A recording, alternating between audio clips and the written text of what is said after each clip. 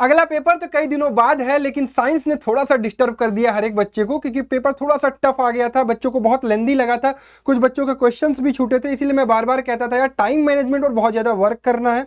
वही चीज़ आपको social science में भी ध्यान देना है। तो आपको इस वीडियो में बताने वाला हूं कि इस गैप में आपको किस तरीके से पढ़ाई करनी है, किन बातों का ध्यान रखना है कि किस प्रकार से आपका हिंदी में जो एक दिन का केवल गैप मिल रहा है उसको आप यहाँ पे कैसे कवर कर रहे होगे।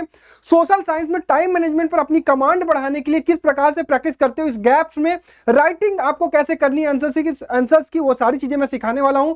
पूरी स्ट्रेटजी आप इंप्लीमेंट करिएगा अपने गैप में, और मैं डेफिनेटली कह सकता हूं कि आपको बहुत अच्छा रिजल्ट देखने को मिलेगा। जो चीज आपको साइंस में फेस करनी पड़े डेफिनेटली मैं कहूंगा कि आपको सोशल साइंस में फेस नहीं करने दूंगा।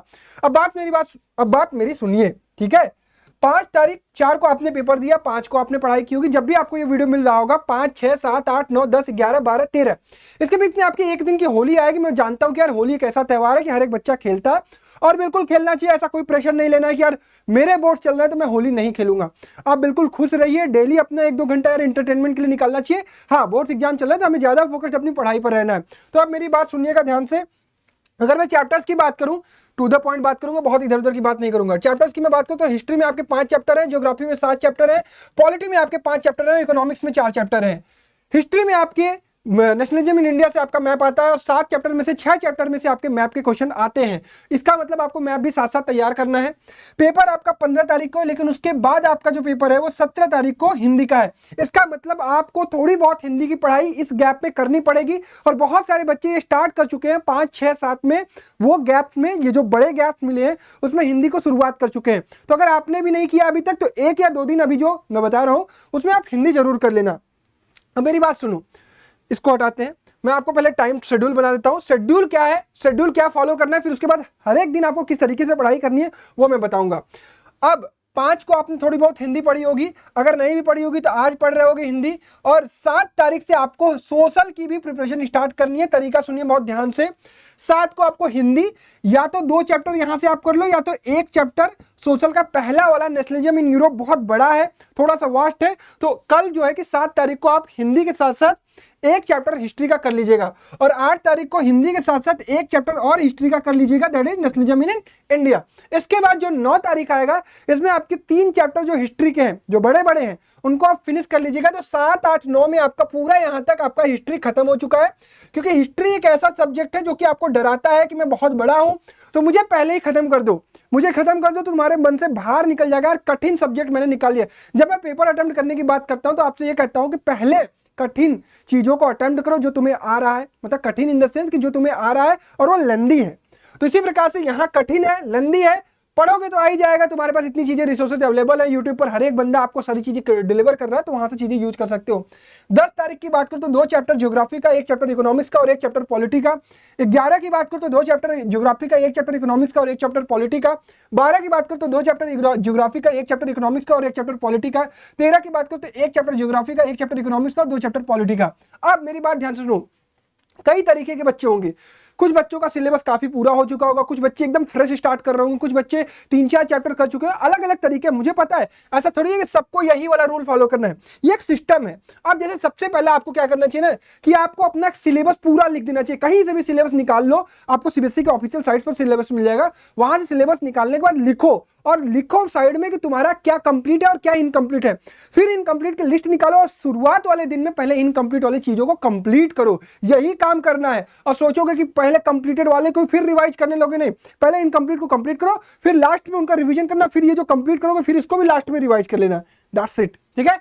अब कोई भी चैप्टर कर रहे हो तो यार देखो, तुम्हारे पास इतना समय नहीं है कि तुम एनसीईआरटी पढ़ने जा रहे हो लाइन बाय लाइन।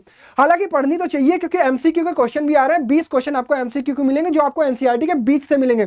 लेकिन फिर भी कोई दिक्कत नहीं है यार, आप कोई भी YouTube पर वन शॉट लेक्चर देखो, और वन शॉट लेक्चर देखने के साथ साथ आप YouTube पर किसी के भी, जैसे शोभित भैया का या पढ़ले का या पढ़ले क्रांतिज का या कृति मैम का, बहुत सारे यूट्यूबर्स ऐसे हैं जो कि आपको फाइन नोट्स प्रोवाइड कर रहे हैं, जिनका कंटेंट अच्छा है। जिनका कंटेंट अच्छा होगा उन्हीं का यूज करिएगा। अभी ये पिछली वीडियो तो आपने देखी होगी कि एक व्यक्ति ने क्या किया था, तो उनका मत यूज करिएगा, क्योंकि वो क्या करते हैं, अलग अलग जगह से उठाकर कॉपी करते हैं। जिन्होंने अपने कंटेंट पर मेहनत किया होगा, I think you should refer Shobhit भैया, क्योंकि बहुत सारे बच्चे उनको रेफर करते हैं, तो आप उनका नोट्स यूज कर सकते हो। वन शॉट के साथ नोट्स रीड करना, थ्रू आउट द रीडिंग करना, एनसीईआरटी बगल में रखे रहना, थोड़ा थोड़ा उसको भी देखते रहना। फिर ये मैं मोस्ट इंपॉर्टेंट बात तुम्हें बता रहा हूं यार कि हर बच्चा यही गलती करने वाला है कि वो केवल और केवल यूट्यूब लेक्चर देखेगा, मैराथन देखेगा। अभी तो एमसीक्यू के मैराथन चल रहे हैं 3-3 4-4 घंटे।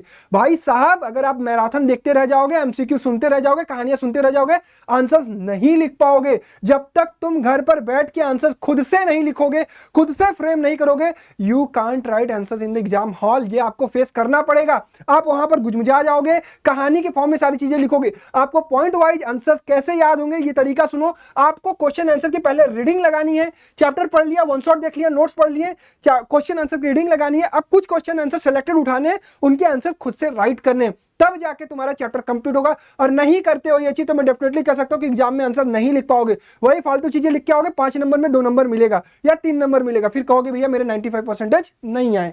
That's it. ठीक। उसके बाद पीवाईक्यू बहुत इंपॉर्टेंट है, क्योंकि पीवाईक्यू से आपको आइडिया लगेगा किस प्रकार से किसी भी चैप्टर के या किसी भी टॉपिक का क्वेश्चन फ्रेम होने वाला है। तो मेक श्योर पीवाईक्यू जरूर देख लीजिएगा। देखने के साथ साथ उसके आंसर राइटिंग की प्रैक्टिस भी कर लीजिएगा। तो ये आपका जो भी बचा हुआ चैप्टर होगा उसमें आपको ये काम करना है। अब डेट्स की मैं बात करूं तो आप यहां पर 14 तारीख को क्या करोगे, 13 तक आपका सिलेबस पूरा हो गया। 3 घंटे आपको एक सैंपल पेपर जरूर लगाना है, पूरी टाइमिंग लगाकर, पूरा पानी वानी लेकर, एकदम एग्जाम हॉल वाली फीलिंग लेकर कि मैं एग्जाम हॉल में बैठा हूं, 3 घंटे देखता हूं मैं आंसर लिख पा रहा हूं कि नहीं लिख पा रहा हूं, मैं पेपर कैसे अटेम्प्ट करूंगा। पेपर अटेम्प्ट करने का तरीका मैं ये बता रहा हूं। 5 क्वेश्चन पहले, फिर 3 मार्क्स, फिर 2 मार्क्स, फिर केस बेस्ड, फिर 1 मार्क्स। हालांकि अभी पेपर प्रेजेंटेशन टाइम मैनेजमेंट पर एक नई वीडियो आएगी, उसमें मैं चीजें बताऊंगा, लेकिन इस सैंपल पेपर में अटेम्प्ट करते हुए भी यही तरीका ढूंढिएगा, या फिर जो आपके लिए सुटेबल होगा उसको ढूंढिएगा। इसको अप्लाई कर लीजिएगा। 15 को जाकर बेधड़क अच्छे तरीके से पेपर दीजिएगा। टाइम मैनेजमेंट पर वीडियो 12, 13, 14 के आसपास आ जाएगी, क्योंकि उसी समय आपको जरूरत पड़ेगी। फिर 16 को आप हिंदी पढ़िएगा, क्योंकि यहाँ पर आपने कुछ हिंदी कवर की होगी, ग्रामर वगैरह मतलब कि वो राइटिंग वगैरह कवर की होगी, तो फिर आप 17 का भी पेपर दे दोगे, उसके लिए अलग से वीडियो आ जाएगी। तो ये सारी चीजें मेरी तरफ से थी। रिवाइज करते समय आप क्वेश्चन आंसर की रीडिंग करिएगा ज्यादा से ज्यादा। 14 तारीख को नोट्स पढ़ने की जरूरत नहीं होगी, उस दिन क्वेश्चन आंसर की रीडिंग करिएगा, वो ज्यादा आपको हेल्प करेगा। ठीक है, that's all from my side. I hope आपको सारी चीजें समझ में आई होंगी। इस गैप में आपको किस तरीके से पढ़ाई करनी है, होली भी अच्छे तरीके से खेलना है और पढ़ाई भी अच्छे तरीके से करनी है। चलिए तब तक के लिए अपना ख्याल रखिए। Bye bye everyone, love you all and जय हिंद।